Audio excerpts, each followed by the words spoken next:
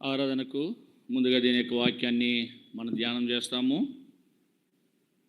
పరిశుద్ధ లేఖనముల నుండి కీర్తన గ్రంథము 84వ అధ్యాయం, సామ్ చాప్టర్ 84, కీర్తనలు 84.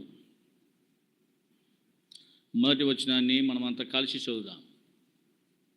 కీర్తనల గ్రంథము 84వ అధ్యాయము మొదటి వచనాన్ని మనమంతా కలిసి చదువుదాం. సైన్యములకు అధిపతి యెహోవా, నీ నివాసములు ఎంత రమ్యములు. చాలు.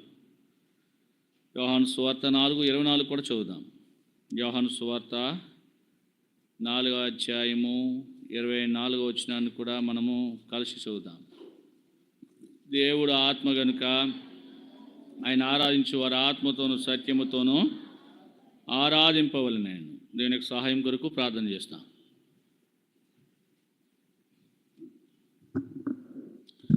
ప్రేమగల మా తండ్రి, శాశ్వతమైన ప్రేమతో ప్రేమించు దేవా, విడువక మా ఎడల కృప చూపుతున్న ప్రభు, నీకు వందనాలు. నిన్న నేడు నిరంతరము ఒకటే రీతి ఉన్న తండ్రివి, మార్పు లేని వాడవు దేవా. మమ్మను ప్రేమించే దేవుడవు దేవా, మాకు రక్షకుడిగా ఉన్నా, మా కాపరిగా ఉన్నా, ఓ మా తండ్రి, ఓ మా తండ్రి శాసనకర్తగా ఉన్నావు, నీకు వందనాలు. ప్రియమైన తండ్రి, ఇంతవరకు పాటల ద్వారా నేను మహింపరచుడు కొరకై మీరు ఇచ్చిన సమయంలో కొరకు వందనాలు. తిరిగి దేవ వాక్యం దగ్గర వస్తున్నాం, మీరే మాట్లాడండి దేవ. మమ్మల్ని కడగండి, శుద్ధీకరించండి. వాక్యం ద్వారా మీరే సంధింపజేయండి. మా హృదయాలను తాకండి తండ్రి దేవా. నీ ప్రజలకు వినే చెవులు, గ్రహించే హృదయం అనుగ్రహించుకుంటూ రండి. ఆత్మతో సత్యముతో నిన్ను ఆరాధించినట్లుగా ఈ ప్రజలను సిద్ధపరచండి. నీ ప్రసన్నత స్థలంలో ఉంచండి, నీ ప్రభావం ఉంచండి దేవా. నీ యొక్క తేజస్వి స్థలంలో ఉంచండి దేవా. బహు కొద్ది మంది కానీ వచ్చారు, అయినప్పటికీ ఎక్కడనైతే ఇద్దరు లేక ముగ్గురి నామను కూడి నన్ను ప్రార్థిస్తారు లేక ఆరాధిస్తారు, వారి మధ్యనే ఉంటానని చెప్పారు దేవ. మీరు మా మధ్య ఉన్నారు, నమ్ముతూ ఉన్నా. నీ ప్రభావం మీ స్థలంలోంచి మనం నడిపించమని, వాక్యాన్ని దీవించమని దేవా, నీ దాసును అభిషేకించుకుంటారమ్మని యేసు నామములో ప్రార్థించి వేడుకొనుచున్నాము తండ్రి, ఆమేన్.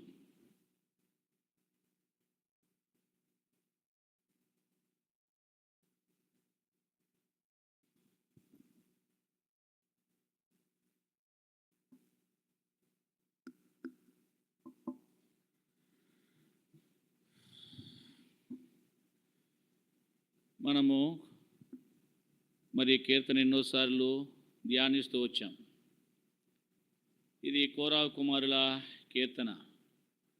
మనం 85:6లో చూస్తే కీర్తన గ్రంథము 85 అధ్యాయము 6వ వచనంలో మనం గమనించినట్లయితే, నీ ప్రజలు నీ యందు సంతోషించినట్లు నీవు మరలా మమ్మను బ్రతికింపవా.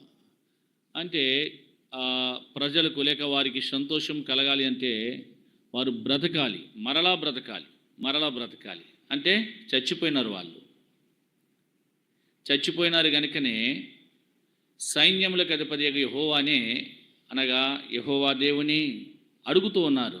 ఏమనంటే, ప్రభువా, నీ యందు సంతోషించినట్లు నీవు మరలా మమ్మను బ్రతికించవా. వారు చచ్చిపోయారు, పాపముల చేతను అపరాధముల చేతను వారు చచ్చిపోయారు. వాళ్ళు ఎఫెసీ 2:1 ప్రకారం. అందుకే ఈ చచ్చిన వీళ్ళు ప్రభువా మమ్మను బ్రతికించంటారు. అంటే క్రీస్తులో బ్రతికారు వాళ్ళు, క్రీస్తులో బ్రతకాలంటాడు. అంటే కొలస్సీలకు రాసిన పత్రికలో చూస్తాం చూడండి. కొలస్సీయ చక్కగా ఉంటుంది. మిమ్మను ఎఫెసీ అని అనుకుంటా చూడండి. ఎఫెసీలకు రాసిన పత్రిక 2వ అధ్యాయము ఎన్నో వచనం అంటే 5వ వచనము. అయినను దేవుడు కరుణా సంపన్నుడై ఉండి మనము మన అపరాధముల చేత చచ్చిన వారం ఎండినప్పుడు సైతము మన ఎడల చూపిన తన మహా ప్రేమ చేత మనలను క్రీస్తుతో కూడా బ్రతికించిన కృపచేత మీరు రక్షింపబడిన. క్రీస్తుతో కూడా బ్రతికించుట. క్రీస్తు కూడా అంతే. క్రీస్తు కూడా భూమి మీదకి వచ్చాడు. 2025 సంవత్సరాల పూర్వం వచ్చినాడు. ఆయన చనిపోయాడు, సమాధి చేయబడ్డాడు, 3వ దినమున మృత్యుంజయుడై తిరిగి లేచాడు. ఈరోజు మనం చూస్తే ప్రపంచంలో ఖాళీ సమాధి ఎవరిదంటే క్రీస్తు ఒక్కడదే. ఆయన సమాధి ఖాళీ అయిపోయింది. సమాధిలో క్రీస్తు లేడు. సమాధిలో ఎవరు లేరు? క్రీస్తు లేడు. బ్రతికాడైనా. ప్రార్థన గ్రంథంలో మనము 1వ అధ్యాయంలో గమనించగలము. ఏం రాస్తాడు అక్కడ? మృతుడనైతిని కానీ ఇదిగో యుగయుగములు యుగ యుగాలు నేను జీవంతోనే ఉన్నాను, నేను మృతమయ్యానంతే, కానీ సజీవంగా ఉన్నాను. అలాగే ఇక్కడ మరి అపరాధముల చేత పాపముల చేత చచ్చిపోయిన మనలను ఆయన క్రీస్తుతో కూడా బ్రతికించెను అంటాడు. 2వ అధ్యాయము 1వ వచనంలోనే ఉంటుంది. క్రీస్తుతోనే కూడా మనం బ్రతికించాడు. ఈరోజు బ్రతుకుతున్నామంటే అది దేవుని కృప. ఆ జీవం ప్రభు ఇచ్చింది, మనంతటా మనం కలిగజేసుకునే జీవం కాదు ఇది. అందుకే ఆయన పేరు జీవాధిపతి. ఆయన పేరేంటి చెప్పండి? జీవమునకు అధిపతి, జీవమునకు లీడర్. ఆయన పేర్లు అనేకమైన ఉన్నాయి బైబిల్లో, శ్రేష్టమైన పేర్లు. ఆ పేర్లలో ఇదొక పేరు, ఇది జీవాధిపతి. చూడండి, అపోస్తుల కార్యములలో మనము ఆ మాటను మనం గమనించగలం. రండి, అపోస్తుల కార్యములు 3వ అధ్యాయము 15వ వచనము మొదటిలోనే ఉంది. మీరు జీవాధిపతిని చంపితిరి. జీవాధిపతి ఎవరండి? ఈయన జీవమునకే అధిపతి. సరే, ఇప్పుడు ఇక్కడ కొరాహు కుమారులు వారి యొక్క యాత్రా జీవితంలో దేవుని దగ్గర వారి పేర్లు మనం ఎరుగుదము. అస్సీరు, ఎల్కానా, అబియా, సాపు. వీరు ఎంతగానో దేవుని యొక్క శ్రేష్టమైన మార్గంలో నడుచుకుంటూ దేవుని మీదనే ఆధారపడుతూ దాదాపుగా మరి వారు 12 కీర్తనలు రాస్తూ వచ్చారు. ఈ కీర్తన గ్రంథంలో సొలొమోను రాశాడు, ఆసాపు రాశాడు, తర్వాత కొరాహు కుమారులు రాశారు, దావీదు రాశాడు. మరి ఈ విధముగా మరి అనేకులు రాయగలుగుతూ వచ్చారు. కానీ ఆ కొరాహు కుమారుడు కూడా ఈ కీర్తన గ్రంథంలో రాయడానికి దేవుడు వారికి అవకాశం ఇచ్చాడు. నిజంగా చాలా అద్భుతంగా ఉంటాయి కీర్తనలు. అయితే కీర్తనలు అన్నిటిలో కూడా ఎక్కువ కీర్తనలు రాసింది ఎవరంటే దావీదు. ఎవరు రాశారు? దావీదు ఎక్కువ కీర్తనలు రాసి, మోషే కూడా రాశాడు కీర్తనలు, మోషే కూడా రాశాడు. సరే, ఏదేమైనప్పటికీ మనం చూస్తే వీళ్ళు రాసిన 12 కీర్తనలలో ఇదొక కీర్తన. 12 కీర్తనలు మాత్రమే వీళ్ళు రాయగలిగారు. 12 కీర్తనలలో ఇదొక కీర్తన. ఏంటి కీర్తన అంటే? సాంగ్, అది పాట లాంటిది అన్నమాట. ఏం పాడినారు వాళ్ళు? సైన్యములకు అధిపతి యెహోవా నీ నివాసములు ఎంత రణ్యములు. నిజంగా బైబిల్లో సైన్యములకు అధిపతి యెహోవా అనే మాట మనం ఎక్కడ చూస్తామంటే మొదటి సమూయేలు గ్రంథము 1వ అధ్యాయంలో మనం చూస్తాం. అక్కడ మనకు దొరుకుతుంది. చూడండి, బహుశా దానికి ముందేమో కూడా ఆ వచనము కనబడి మనకు ఉండదేమో. రండి, సైన్యములకు అధిపతి యెహోవా అనే మాట మనకు అక్కడ పరిచయం. 1:11 చదవండి. సైన్యములకు అధిపతి యెహోవా అనేది ఇక్కడ స్టార్ట్ అవుతూ వచ్చింది. అంటే ఆయన్ని ఎలాగ సంబోధించిందన్నా, ఎలాగా ఆయన్ని మరి అడుగుతూ వచ్చింది ప్రార్థనలు అంటే సైన్యములకు అధిపతి యెహోవా అని ప్రార్థన ప్రారంభిస్తూ వచ్చింది. నిజమే, మరి ఆయన సైన్యములకు అధిపతి యెహోవా, సైన్యానికే లీడరు, జీవానికే లీడరు, సైన్యానికే లీడరు. మరి ఆయన సైన్యం ఎక్కడుంది? మరి సైన్యం కనిపించాలి కదా. ఎందుకు ఆ సైన్యము, ఎందుకు ఆయనకి ఆ పేరు వచ్చింది అంటే నిజముగా ఆయనకు మరి సైన్యం ఉంది. ఆయనకి ఎవరున్నారు? సైన్యం ఉంది కనుకనే ఆయన పేరేంటి? సైన్యములకు అధిపతి. జీవం ఉంది కనుకనే ఆయన పేరేంటి? జీవమునకు అధిపతి. అంటే ఏమీ లేకుండా లేనివాడు కాదు ఆయన. ఆల్మైటీ గాడ్, సర్వశక్తి గల దేవుడు, ఏదైనా చేయగలడు. అర్థమైందండి? ఆయన ఏదైనా చేయగలడు. ఆయన దగ్గర శక్తి ఉంది. పవర్ ఆఫ్ గాడ్, శక్తి గల దేవుడైనా కనుక మరి ఆయన సైన్యం ఉంటేనే సైన్యములకు అధిపతి యెహోవా అని చెప్పాలి. ఆయన సైన్యం ఏది చూద్దాం. ఆయన సైన్యం ఎక్కడుందో రండి. ఆయన సైన్యాన్ని గురించి కొన్ని విషయాలు మనం ధ్యానం చేస్తాం. రండి, మొదటి సమూయేలు గ్రంథము రాత్రి ఆన్లైన్ ప్రేయర్లో మేము ధ్యానం చేస్తూ వచ్చాం. ఆయన సైన్యము ఇక్కడ కనబడుతుంది. 4వ అధ్యాయము అంతేనా? కాదు 7వ అధ్యాయం 10వ వచనం చదవండి. మొదటి సమూయేలు, 1 Samuel chapter 7:10. సమూయేలు దహన బలి అర్పించుచుండగా ఫిలిష్తీయులు యుద్ధము చేయటికే ఇశ్రాయేలు మీదకి వచ్చిరి. అయితే యెహోవా ఆ దినమున ఫిలిష్తీయుల మీద మెండుగా ఉరుములు ఉరిపించి వారిని తారుమారు చేయగా వారు ఇశ్రాయేలుల చేత ఓడిపోయిరి. ఇక్కడ మనము చూస్తే దేవుని యొక్క సైన్యము ఎవరుగా కనబడుతున్నారంటే ఉరుములు. ఏం చెప్పండి? అవి ఉరుములు మాట. ఉరుము మెరుపు ఒకటే.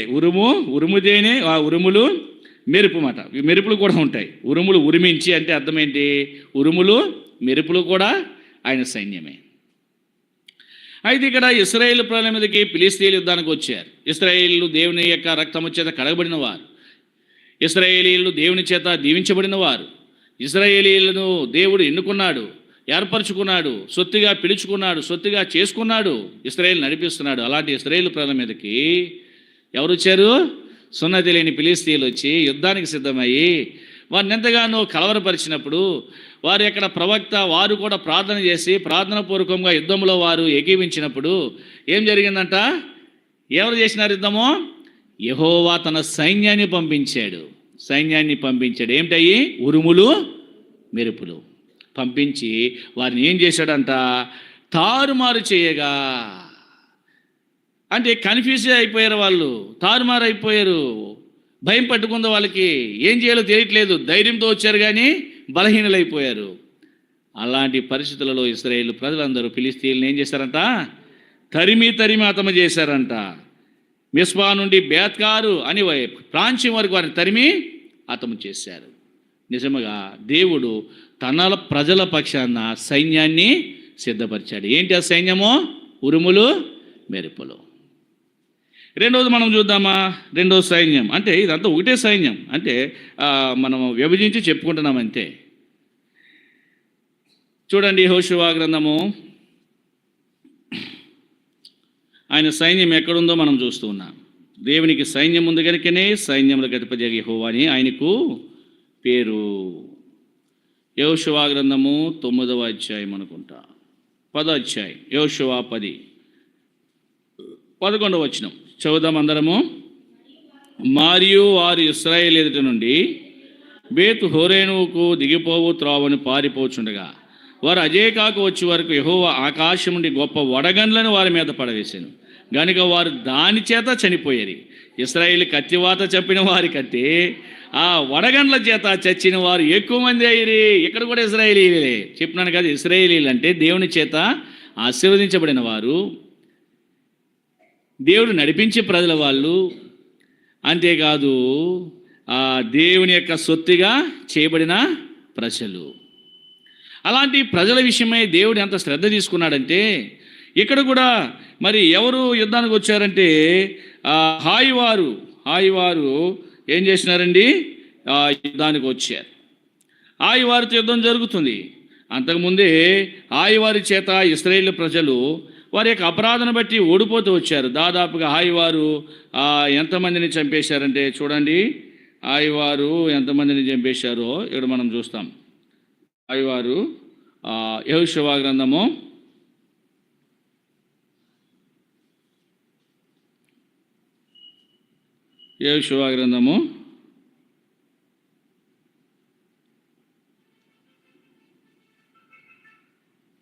7వ అధ్యాయము 5వ వచనం. అప్పుడు హాయివారు వారిలో 36 మనుషులను హతము చేసిరి. ఎవరిలో? హాయి ప్రజలు ఎవరిలో చెప్పండి? ఎవరిలో హతము చేశారు? ఎవరు హతం చేశారండి? ఇశ్రాయేలు ప్రజలను హాయివారు 36 మందిని చంపేశారు. ఎందుకు చంపేశారంటే ఇశ్రాయేలు యొక్క ప్రజల యొక్క అవిధేయతను బట్టి, అనగా దేవునికి తగినట్టుగా వారు ఏం చేయలేకపోయారు, నడవలేకపోయారు కనుక వారు చంపేశారు. ఆ విధంగా వారు ఎంతో బాధలు ఉన్నారు. తర్వాత హాయి మీదకు వెళ్ళారు. వెళ్ళిన తర్వాత మరి హాయి మీద వారు మరలా మరి దేవుడు వెళ్ళమన్నప్పుడు వెళ్ళి హాయిని జయించారు. జయించిన తర్వాత మరలా వచ్చిన భయంకరమైన పరిస్థితి ఏంటంటే యెరికో రాజు మరి ఇక్కడ కొంతమంది రాజులు పోగుపడి గిబియోన్ అనే మహాపట్నం మీదకు వచ్చారు. యెరూషలేము రాజు అని చూడండి 10వ అధ్యాయము యెహోషువ గ్రంథము. ఇక్కడ మనం చదివిన సందర్భము ఈ సందర్భం కాదు. చూడండి యెహోషువ గ్రంథము 10వ అధ్యాయం 1వ వచనం. యెహోషువ ఆయన పట్టుకున్న సంగతియు అది యెరికోను దాని రాజు నిర్మూలం చేసినట్టు హాయిని దాని రాజు నిర్మూలన చేసిన సంగతియు, గిబియోను నివాసులు ఇశ్రాయేలుతో సంధి చేసుకుని వారితో కలుసుకున్న సంగతియు యెరూషలేము రాజైన అదోనీసేదెకు వినప్పుడు అతడును అతని జనులు మిగిలిన భయపడి ఏం చేశారంటే వాళ్ళ యెరూషలేము రాజైన అదోనీసేదెకు అనేవాడు భయపడి ఏం చేసినాడంట? 3వ వచనంలో మనం చూస్తాం. ఎబ్రోను రాజైన ఓ హామునద్దు, యర్మూతు రాజైన పిరాము, లాకీషు రాజైన యాఫియా, ఎగ్లోను రాజైన దెబీరు, వీళ్ళందరి దగ్గరికి వర్తమానం మదాద్ అమోరీయుల రాజు, ఇలాగా 5 మంది రాజులు కలిసి, ఎంతమంది రాజ్యాలండి? 5 రాజ్యాలు కలిసి ఇప్పుడు ఒక్క రాజ్యం మీదకి వస్తున్నారు. ఏంటో ఒక్క రాజ్యము? ఇశ్రాయేలీల మీదకి. పైగా ఇశ్రాయేల్ ఏమన్నా వారి యొక్క కానాను దేశాన్ని చేరలేదు, అక్కడ వారు ఇంకా స్థిరపడలేదు. అంటే వారు ఇంకా ప్రయాణంలో ఉన్నారు, యాత్రలో అలసిపోతూ వచ్చారు. అలసిపోయిన ఇశ్రాయేలు ప్రజల మీదకి ఎంతమంది రాజులు పోగుబడి వచ్చారంట? 5 రాజ్యాలు పోగుబడి వచ్చారంట. అంటే మనము గెలవలేమని అర్థమైందా? అంటే ఇదేమంటారంటే 5 రాజ్యాలు అంటే కూటమి మాట. కూటమి అంటే ఈ కూటమి గురించి నేను చెప్పట్లే. 5 రాజ్యాలు ఏకమయ్యాయి, ఒక కూటమిగా ఏర్పడ్డారు వీళ్ళు. ఏర్పడి ఏం చేశారు? గిబియోనుల మీదకి వచ్చినప్పుడు గిబియోనులు అన్నారు, అయ్యా వర్తమానం పంపించారు యెహోషువ దగ్గరికి. ఈ గిబియోను నివాసులు యెహోషువతో సంధి చేసుకున్నారు కనుక వర్తమానం పంపించారు. ఇది 5 రాజులు ఏకమయ్యి యుద్ధానికి వచ్చారు. గిబియోను మహాపట్నం అంటది. గిబియోను మహాపట్నం రాజధాని అంట. అలాంటి ఆ పెద్ద పట్టణం మీదకి యుద్ధానికి వచ్చినప్పుడు యెహోషువ ఎక్కడున్నాడంటే గిల్గాలులో ఉన్నాడు. గిల్గాల్లోనికి వర్తమానం వచ్చింది, మీరు మాకు వచ్చి సహాయం చేయమంటే యెహోషువ అడిగాడు, ప్రభు వెళ్ళమన్నాడు. ప్రభుని అడిగాడు, ప్రభు వెళ్ళమన్నాడు. ఇప్పుడు యుద్ధానికి వచ్చినాడు. ఇప్పుడు ఒక రాజ్యము 5 రాజ్యాలను జయించాలంటే చాలా కష్టం. జ్ఞానైన సొలొమోను రాశాడు, గత వారం మనం ధ్యానం చేస్తాం. ఒంటరిగా నుండి కంటే 2 కూడినట మేలు, ఒకడు పడిపోయిన ఇంకొకడు లేవని. ఇప్పుడు ఒంటరి రాజ్యం ఇది. ఏ రాజ్యము? ఏదో గిబియోన్లో ఉన్నారు కానీ వాళ్ళు కొంత ధైర్యవంతులు కాదు. చాలా ఇశ్రాయేల్ రాజ్యం ఒంటరి రాజ్యం. కానీ ఎన్ని రాజ్యాలు ఏకమయ్యాయి? ఈ కూటమి వాళ్ళు అనుకున్నారు, మాకు బలం ఉంది, మేము 5 మంది రాజ్యాలు కలిసి 5 సైన్యాలు కలిసి ఏం చేస్తున్నాం? ఇశ్రాయేల్ మీదకి వెళుతున్నాం. ఇంకా వాళ్ళు ఓటమే తప్ప వారికి ఏముండదు, గెలుపుండదు అని ఎంతో అహంకారముతో, వారి యొక్క బలముతో, వారి యొక్క శక్తితో ఏం చేశారు? యుద్ధంలోకి వచ్చారు. అలాంటి పరిస్థితులలో యెహోషువ మొరపెట్టాడు, యెహోషువ ప్రార్థన చేశాడు. అయ్యో చీకటి పడిపోతుంది, యుద్ధం జరుగుతుండగా చాలా ధైర్యంగా వచ్చారు. యెహోషువ ప్రభువుకు మొరపెడితే దేవుడు ఏం చేశాడంట? ఆకాశము నుండి వడగండ్లు కురిపించాడంట. ఏంటి చెప్పండి?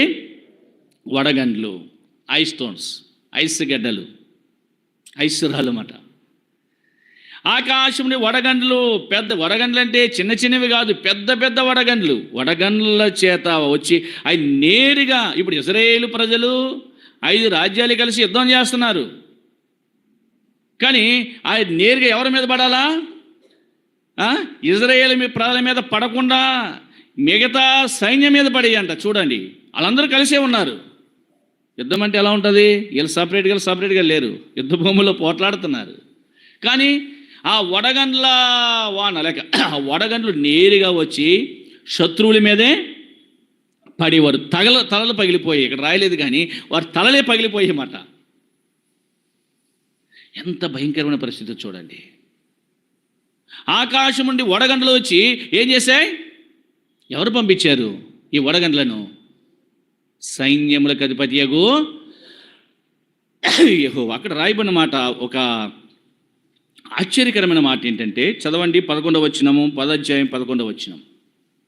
మరియు వారు ఇశ్రాయేలు ఎదుట నుండి బేతు హోరోనుకు దిగిపోవు త్రోవను పారిపోచుండగా వారు అజేకాకు వచ్చే వరకు యెహోవా ఆకాశముడి గొప్ప వడగండ్లను వారి మీద పడవేశాడు. గనుక వారు దాని చేర్చారు. ఇశ్రాయేలు కత్తివాత చంపిన వారి కంటే ఆ వడగండ్ల చేత చచ్చిన వారు ఎక్కువ మంది అయిపోయారంట. ఇశ్రాయేలు ప్రజలు కత్తితో చంపిన వారి కంటే వడగండ్ల చేత చచ్చిన వాళ్ళు ఎక్కువంట. 5 రాజ్యాలు వచ్చాయి, కానీ 5 రాజ్యాలను ఎవరు కూల్చేశారు? వడగండ్ల చేత సైన్యములకు అధిపతిగా యెహోవాయే. కారణం ఏంటి? తన సొత్తును, తన స్వాస్థ్యాన్ని దేవుడు కాపాడుతున్నాడు. చదవండి యెషయా గ్రంథము 43వ అధ్యాయము 1వ వచనం. త్వరగా తీసిన వాళ్ళు ఎవరైనా చదవండి. అయితే యాకోబు నిన్ను సృజించిన వాడు యెహోవా, ఇశ్రాయేలు నిన్ను నిర్మించిన వాడు ఇలాగూ సెలవిచ్చుచున్నాడు, నేను నిన్ను విమోచించేశాను, భయపడొద్దు, పేరు పెట్టి నేను పిలిచాను, నీవు నా సొత్తు. అంటే నా ఆస్తి నీవే, నా స్వాస్థ్యము నీవే. ఇశ్రాయేలు, పేరు పెట్టి నేను పిలిచాను. అర్థమైందా? పేరు పెట్టి ఏం చేశాడు? యాకోబు, నిన్ను పిలిచాడు. ఇశ్రాయేలు, నిన్ను పిలిచాడు. నీవు భయపడవలసిన అవసరమో లేదు. నేను నిన్ను విమోచించేశాను, నీ అతిక్రమాలు తుడిచేశాను, నీ పాపాలు జ్ఞాపకం చేసుకోను, నిన్ను కడిగాను, నా రక్తము చేత నేను విమోచించాను, నిర్దోషమైన గొర్రెపిల్ల రక్తము చేత నువ్వు కడగబడ్డావు. కనుక నీవు నా సొత్తు అన్నాడు. అంటే సొత్తును ఎవరైనా విడిచిపెట్టుకుంటారా? సొత్తును, స్వాస్థ్యాన్ని కాపాడుకుంటారు. తన స్వాస్థ్యమైన ఇశ్రాయేలు ప్రజల కొరకు ఆయన ఏం చేశాడా? యుద్ధ భూముల్లో వారు యుద్ధం చేస్తుంటే ఏం చేశాడు? ఆయన వడగండ్లు కురిపించి శత్రు రాజ్యాలని కూలగొట్టాడు. అది ఆయన సైన్యము. మూడో చూద్దామా? న్యాయాధిపతుల గ్రంథము, రండి త్వరగా చేయండి. న్యాయాధిపతుల గ్రంథము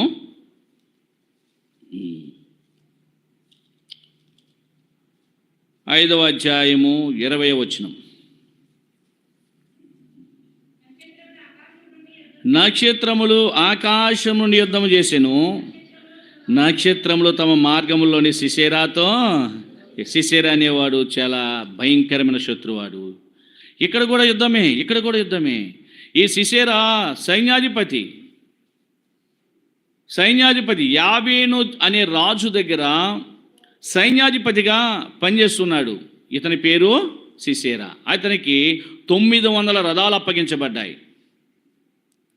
ఈ 900 రథాలతో నాకేంటి, నాకు రథాలున్నాయి, నాకు సైన్యం ఉంది అని వాడెంతగానో సిసేరా చాలా గర్వముగా, ఎంతో అతిశయముగా ఇశ్రాయేలు ప్రాంతం మీద యుద్ధానికి వచ్చాడు. యుద్ధానికి వచ్చినప్పుడు ఎవరు కలిగి చేసుకున్నారంట? ఆకాశం నుండి నక్షత్రములు యుద్ధం చేశాయి. మనం చూస్తాం కదా మత్తయి సువార్తలో, ఈ స్టార్, ఆయన నక్షత్రం. అంటే దేవుడే, అంటే ఆయన సైన్యం ఎవరంటే నక్షత్రాలు. నక్షత్రము ఆకాశం నుండి యుద్ధము చేసి సిసేరాని ఏం చేసే తెలుసా? రథము దిగి పారిపోయినట్లుగా చేశాయి. చూడండి, ఏ రథం ఉందని అతిశయించాడో ఆ రథం వదిలి పరిగెత్తాడట. చదవండి, 4వ అధ్యాయం న్యాయాధిపతుల గ్రంథము 4వ అధ్యాయం 15వ వచనం చదవండి. 4వ అధ్యాయము 15వ వచనం. బారాకు వారిని అర్థం చేయనట్లు యెహోవా సిసేరాను అతని రథములన్నిటిని అతని సర్వసేనను కలవరపరచగా సిసేరా తన రథము దిగి కాలినడకను పారిపోయాడు. రథముతో వచ్చాడు, రథం మీద నిలబడలేకపోయాడు. అర్థమైందండి? రథముతో వచ్చాడు. ఎన్ని రథాలు? సైన్యము 900 రథాలతో. 900 రథాలంటే వాటి గుర్రాలు, వారి ఆర్మీ ఎంత ఉంటుంది? చాలా గొప్ప ఆర్మీతో వచ్చాడు. అయితే ఇశ్రాయేలు ప్రజల దగ్గర వాస్తవానికి చూస్తే వాళ్ళ దగ్గర రథాలు లేవు. వాళ్ళు నిలబడే, రథము లేకుండానే వాళ్ళు ఏం చేస్తున్నారు? గుర్రము లేకుండానే వాళ్ళు యుద్ధం. అంటే కనిపించని గుర్రము, కనిపించని రథం వారు చుట్టూ ఉంది.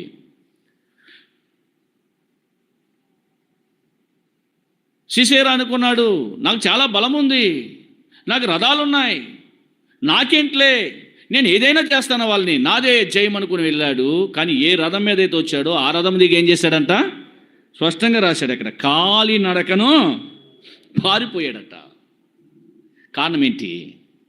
కారణం యెహోవా కలవరపరచగా ఆకాశం నుండి ఏమొచ్చాయి? నక్షత్రాలు వచ్చాయంట. నక్షత్రాలు యుద్ధం చేశాయట. అందుకే చివరికి కాలినడకతో పారిపోయిన సిసేరా ఒక చేతులు హెబెరు వారి అని యాయేలు వాసం మేకి తీసుకుని తన తల కణతల్లో కొట్టి చంపేసింది. ఒక స్త్రీ చేతిలో చచ్చిపోయాడు. 900 రథాలున్న సైన్యాధిపతి ఎవరి చేతిలో చచ్చిపోయాడు? ఒక స్త్రీ చేతిలో ఒక మేకుతో చచ్చాడు. ఒక మేకుతో చచ్చిపోయాడు. కారణం ఏంటి? దేవుడు నక్షత్రములతో ఏం చేశాడంట? ఆకాశం నుంచి ప్రభు ఏం చేశాడు? నక్షత్రములు పంపి యుద్ధం చేశాడు. అది ఆయన యొక్క సైన్యం. నాలుగోది చూద్దామా? రండి. నిర్గమాకాండం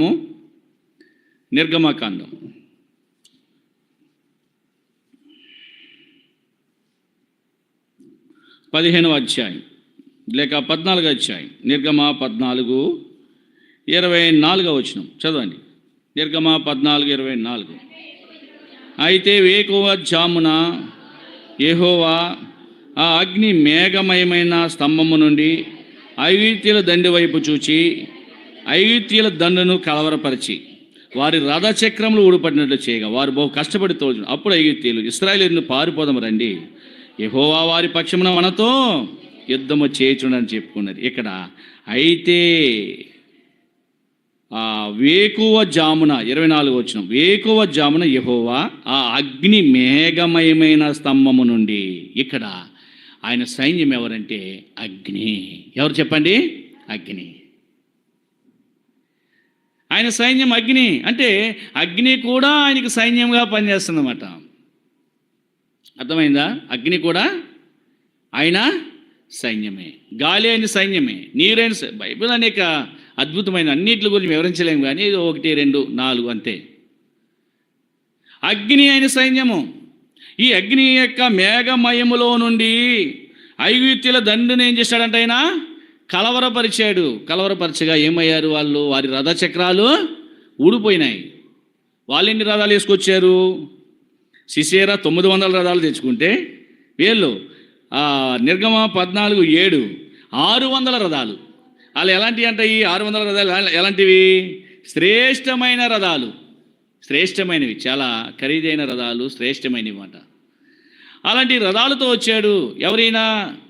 ఎవరు? ఫరో యొక్క ఆర్మీ. ఫరో ఆర్మీ రథాలతో వస్తే ఇక్కడ అగ్ని యుద్ధము చేసింది. అర్థమైందా? అగ్ని ఏం చేసిందంట? యుద్ధము చేస్తే వారికి ఇశ్రాయేలు ప్రజల కలవరం పట్టుకుంది. క్షమించండి, ఐగుప్తీయులు కలవరం పట్టుకుంది. భయమేస్తుంది వాళ్ళకి.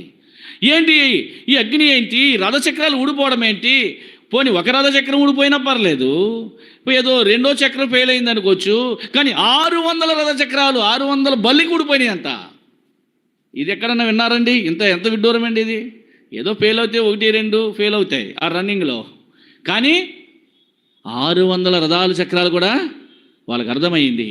యెహోవా వారి పక్షాన్ని ఏం చేస్తున్నాడో యుద్ధం చేస్తున్నాడు. పారిపోదామో రండి అని అనుకున్నారు. ఎప్పుడైతే మాట వచ్చిందో పారిపోలేకపోయారు, ఎర్ర సముద్రంలో మునిగిపోయారు. ఆయన సైన్యం ఏంటి చెప్పండి? ఆయన సైన్యం ఏంటి? అగ్ని. ఇంతటి సైన్యము కలిగిన వాడైనా, ఉరుములు మెరుపులు కలిగిన వాడు, వడగండ్లు కలిగిన వాడు, నక్షత్రములు కలిగిన వాడు, అగ్నిని కలిగిన వాడు, గాలిని కలిగిన వాడు, నీరుని కలిగిన వాడు, సృష్టి అంతా కూడా ఆయన సైన్యమే. సృష్టి అంతా కూడా ఆయన సైన్యమే. అంతటి సైన్యం ఆయనకు ఉంది కనుకనే ఏం చేయగలిగారు? ఇక్కడ దేవుడు తన సైన్యాన్ని పంపించి తన ప్రజల పక్షాన్ని ఏం చేశాడు? యుద్ధము చేశాడు. ప్రభు యుద్ధం చేసేవాడు. ప్రభు ఏం చేసేవాడు అంటే, ఎందుకని యుద్ధం చేయాలంటే యోబు గ్రంథము 7వ అధ్యాయం 1వ వచనం, నరుల జీవిత కాలము భూమి మీద యుద్ధ కాలము కాదా అన్నాడు. అంటే మానవ జీవితం ఎలాంటిదంటే యుద్ధము లాంటిదే. వ్యాధులతో యుద్ధము, సమస్యలతో యుద్ధము, ఆర్థికంగా యుద్ధము, ఏదైనా కానీ నెమ్మది లేని జీవితం మానవునిది. ఇలాంటి యుద్ధ భూమిలో నీవు పోట్లాడాలి, కానీ నువ్వు గెలవలేవు. కారణం ఏంటంటే నీపైన భయంకరమైన శత్రువు ఉన్నాడు. నీపైన భయంకరమైన శత్రువు ఉన్నాడు. వాడు ఎలాంటి వాడు తెలుసా?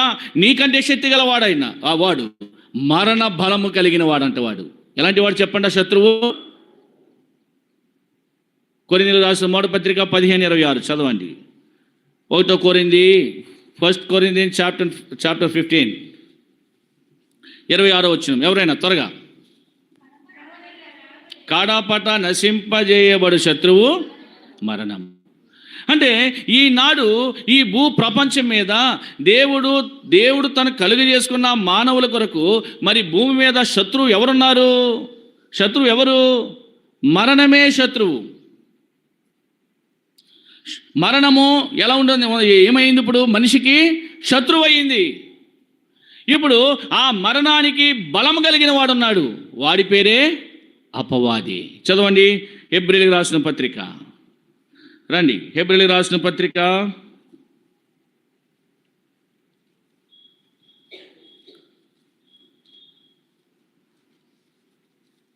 2వ అధ్యాయము 14వ వచనం చదువుదామా? కాబట్టి ఆ పిల్లలు రక్త మాంసములు గలవారైనందున ఆ ప్రకారమే మరణం యొక్క బలం గలవాన్ని, అనగా అపవాదిని. చాలు. మరణ బలం గలవాడెవడు? శత్రువు. ఎవరు? శత్రువు మరణమైతే ఆ శత్రువు మీద, ఆ మరణం మీద బలము కలిగిన వాడు ఎవరంటే అపవాది. మరణ బలం గలవాడు వాడు. అయితే నువ్వు ఆ మరణ బలం గలవాడిని ఎలా జయిస్తావు? జయించడం నీ చేత కాదు. ఎందుకంటే దేవుడు చెప్పాడు, మానవుని కలిగజేసినప్పుడు మనిషికి ఆజ్ఞాపించాడు ఆయన, ఓ ఆదామా, నీవు ఆ పండు తిన దినమున నిశ్చయముగా చస్తావు అని చెప్పాడు. కానీ మానవుడు ఏం చేశాడు? దేవుని యొక్క మాట వినలే, తిన్నాడు, చచ్చాడు, మరణం వచ్చింది. ఏమొచ్చిందండి? దేవుడు మనిషిని చావడానికి సిద్ధపరచలేదు, జీవంతో ఉండాలని మానవుని కలుగజేశాడు. కానీ మానవుడు ఏం చేశాడు? ఇప్పుడు చావును తెచ్చిపెట్టుకున్నాడు. ఈరోజు చావు భూమి మీదకి వచ్చిందంటే ఆది తండ్రి, మూల తండ్రి ఆదాము ద్వారానే. అందుకే ఆదాము పాపం చేశాడు. పాపికి పుట్టిన ప్రతి మనుషుడు పాపే, నీతిమంతుడు కాదు. అందుకే యేసుక్రీస్తు ప్రభు వారు కూడా నీతిమంతుడై ఉండి పాపం ఎరుగని ఆయన మన కోసరము పాపముగా చేయబడ్డాడు. మీకు అర్థమైందండి? ఆయనలో ఏమీ లేదు, పాపము లేదు. ఆయన పవిత్రుడు, నిర్దోషి, నిష్కల్మషుడు, పాపుల్లో చేరక ప్రత్యేకమైన దేవుడు ఆయన. అలాంటి దేవాది దేవుడు పాపిగా చేయబడ్డాడు. అంతేగాని ఎవరి కోసం అంటే నీ కోసమే, నా కోసమే. అంత సైన్యం ఉంది. ఆనాడు దేవుడు తన ప్రజలను వడగండ్ల చేత రక్షించుకున్నాడు, ఉరుముల మెరుపుల చేత రక్షించుకున్నాడు, అగ్ని చేత రక్షించుకున్నాడు, నక్షత్రముల చేత వారిని కాపాడుకుంటూ వచ్చాడు. అయితే 2025 సంవత్సరాల క్రితము యేసుక్రీస్తు ప్రభుల వారు, ఆయనే అంత సైన్యము కలిగి ఉండి స్వయంగా భూమి మీదకి వచ్చి నిన్ను రక్షించడానికి వచ్చేసాడు. ఎందుకో తెలుసా? నీ మీదేముంది? ఆది ఆదాము మరణ శాసనము మా శరీరముల ఏలుచుండగా, ఆది ఆదాము మరణ శాసనము మా శరీరముల ఏలుచుండగా, అమరుడవై ప్రభు భువికే తెంచి, అమరుడవై ప్రభు తెంచి, మరణపు ముల్లు విరిచి మరణము గెలిచిన మా ప్రభువా. ఆది ఆదాము యొక్క మరణ శాసనము మన శరీరమును ఏలుతుంది. మన మీద మరణం ఉంది, మరణాన్ని మనం జయించలేము, అందుకే అలాంటి సైన్యములకు అధిపతి యెహోవా మనల్ని ప్రేమించి మనల్ని రక్షించడానికి గాను స్వయంగా తానే. కాబట్టి ఆ పిల్లలు ఎవరు? మనము రక్త మాంసములు కలిగిన వారము, మన మధ్య ఉండాలి. అంటే ఈ మరణాన్ని జయించాలంటే ఏం చేయాలా? మరణించాలా. నేను మరణిస్తే మళ్ళా లేవను, నేను మరణిస్తే మరలా లేచే అవకాశమే లేదు. ఎలా మరి? కనుక ఆ దేవాది దేవుడు, ఆ సైన్యములకు అధిపతి యెహోవాయే. మరి యేసు క్రీస్తు పేరున భూమి మీదకి వచ్చాడు, వేరే దేవుడు కాదు, యెహోవాయే. ఎలా వచ్చాడు? యేసు క్రీస్తు పేరున భూమి మీదకి వచ్చాడు. భూమి మీదకి వచ్చి నీకోసరము, నాకోసరము. ఎందుకంటే రాశాడు, ముళ్ళును ముళ్ళుతోనే తీయాలి. అర్థమైందా? పూర్వము పనులు పోయినప్పుడు ఆ కాళ్ళల్లో ముళ్ళు దిగాయి. అప్పుడు చెప్పులు ఎక్కడవండి? అప్పుడు చెప్పులు లేవు కనుకే బీపీలు, షుగర్లు లేవు కదా. ఇప్పుడు చెప్పులు ఉన్నాయి కనుకనే ఆ బీపీలు, షుగర్స్ ఉన్నాయి. ఎందుకంటే చెప్పులు ఉండడం ద్వారా కొంత ఆరోగ్యంగా, చెప్పులు లేక నడిచేవారు కనుక చాలా ఆరోగ్యంగా ఉండేవారు వాళ్ళు. అంటే ఆ గ్రిప్కి ఏ రాళ్ళు గుచ్చుకున్నాయి, చాలా బాగుండేది. అంటే రక్త ప్రసరణ బాగా జరిగేది. సరే, ఏదేమైనా కానీ ముళ్ళు ఎక్కువగా గుచ్చుకుంటూ ఉండేవి. చెప్పులు లేవు కాబట్టి అలాంటివి గుచ్చుకుని ఉండేవి. ఆ ముళ్ళు రావడానికి మరో ప్రయోగం ఏమీ కనిపించేది కాదు. పినిస్సులు ఎక్కడవి? పినిస్సు పెడితే సెప్టిక్ అవుతుంది. కనుక ముళ్ళుని ఏం చేయాలా? ముళ్ళుతోనే తీయాలా. పొలం పోయేవారు ఆ ముళ్ళు గుచ్చుకునేది, ఆ పొలంలోనే తుమ్మ ముళ్ళు ఏదో తీసుకునేవారు. మరి ముఖ్యంగా తుమ్మ ముళ్ళు వాడేవారు. చాలా సూదాటంగా ఉండేది, బాగుండేది. ఈ ముళ్ళులు తీయడానికి ఉపయోగించేవారు. ఆ ముళ్ళుతోనే ఆ ముళ్ళును కెక్కరించి ఏ భాగంలో అయితే దిగిందో ఆ భాగం నుంచి ఆ ముళ్ళును బయటికి తీసేవారు. అది పూర్వము మానవ యొక్క పరిస్థితి. కనుక ఇక్కడ కూడా మరణం ఉంది. మరణం అంటే మరి మరణముతోనే జయించాలంట. అంటే మరణాన్ని దేంతో జయించాలా? మరణం. అది నీకు సరిపోదు, ఆ శక్తి నీకు చాలదు. అందుకే ఆ సైన్యంలో అధిపతి యెహోవాయే భూమి మీదకి వచ్చి ఆయన ఏం చేశాడు? నీ కోసము నా కోసము ఆయన మరి రక్త శరీరములు లేని ఆయన రక్త మాంసములు ధరించుకొని అపవాది యొక్క గర్వాన్ని అణిచివేయడానికి, అపవాది యొక్క మరణ బలాన్ని తీసివేయడానికి కొరకు ఆయన భూమి మీదకి వచ్చి ఏం చేశాడు? ఆయన సిలువ వేయబడి మనందరి కొరకాయ, సర్వలోక రక్షణ కొరకాయ, సర్వ మానవ ప్రజలందరి కొరకాయ ఆయన ఏం చేశాడు? రక్తం ఇచ్చి ఆయన చనిపోయాడు. ఆయన ఏం చేయబడ్డాడు? చనిపోయి సమాధి చేయబడ్డాడు. సమాధి చేయబడిన ప్రభువు సమాధిలో లేడు. 3వ దినమున మృత్యుంజయుడై తిరిగి లేచాడు. 3వ దినమున మృత్యుంజయుడైన ఏం చేశాడు? తిరిగి లేచాడు. ఆయన తిరిగి లేవడం జరిగింది. ప్రియా సహోదరుడా, దేవుడు నమ్మదగినవాడు. ఆయన చనిపోయాడు కానీ సమాధిలో లేడు. మీకు అర్థమైందా? ఇప్పుడు చనిపోవడం వాస్తవం. చచ్చిపోయినాడా లేదా? ప్రభు చచ్చిపోయినాడా లేదా? చావలేదన్న వాళ్ళు ఎంతమంది చెప్పండి? చచ్చిపోయినాడు ఆయన. భూమి మీద ఏం చేశాడు? అపవాది అనుకున్నాడు, అయిపోయింది, ఇంకా చంపేశాను నేను కూడా. 3వ దినం లేవగానే అపవాదికి భయం వేసింది. అయ్యో ఇదేంటి, చచ్చిపోయాడు అనుకున్నాను, ఎలా లేచాడు? అప్పుడు అన్నాడన్నమాట. ఏమన్నాడు? ఓ మరణమా, నీ విజయం ఎక్కడుంది? ఓ సమాధి నీ యొక్క, ఓ మరణమా నీ ముళ్ళెక్కడా? ఓ సమాధి నీ విజయం ఎక్కడ అన్నాడు. ఎక్కడుంది విజయమందు మరణము? యెషయా 25:8 ప్రకారము మరెన్నడు ఉండకుండా మరణమును ఆయన ఏం చేశాడంట? మృంగేశాడు. ఆయన లేచాడు, సమాధిలో లేడు.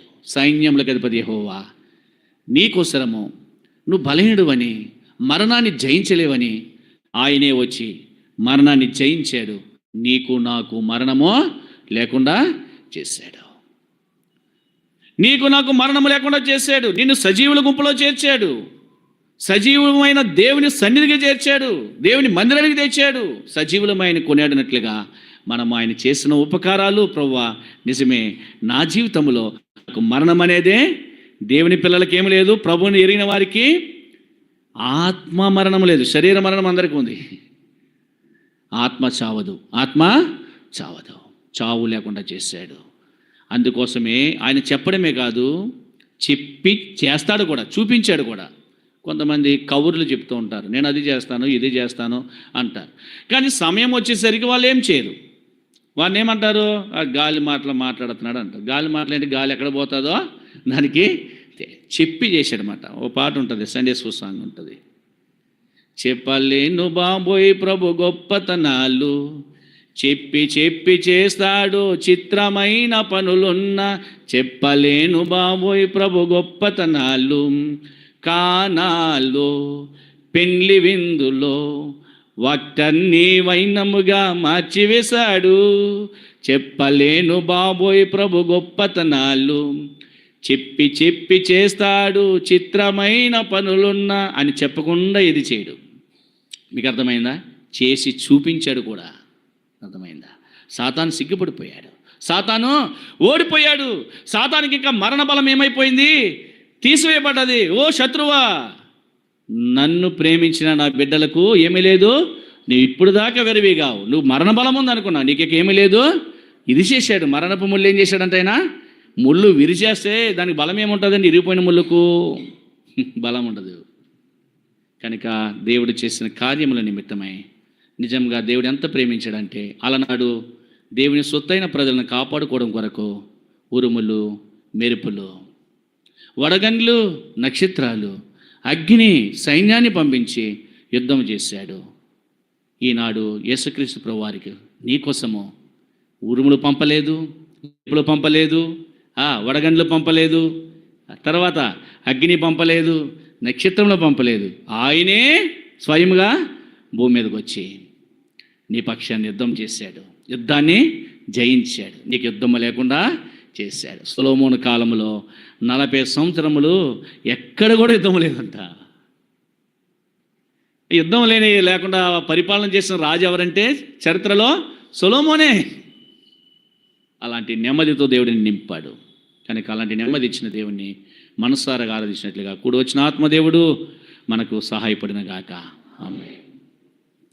మనము లేచి నిలబడి ఒక పాట పాడుకుంటాము. చివరి పల్లవి పాడినప్పుడు సండే స్కూల్ పిల్లలు సండే స్కూల్కి వెళ్ళారు.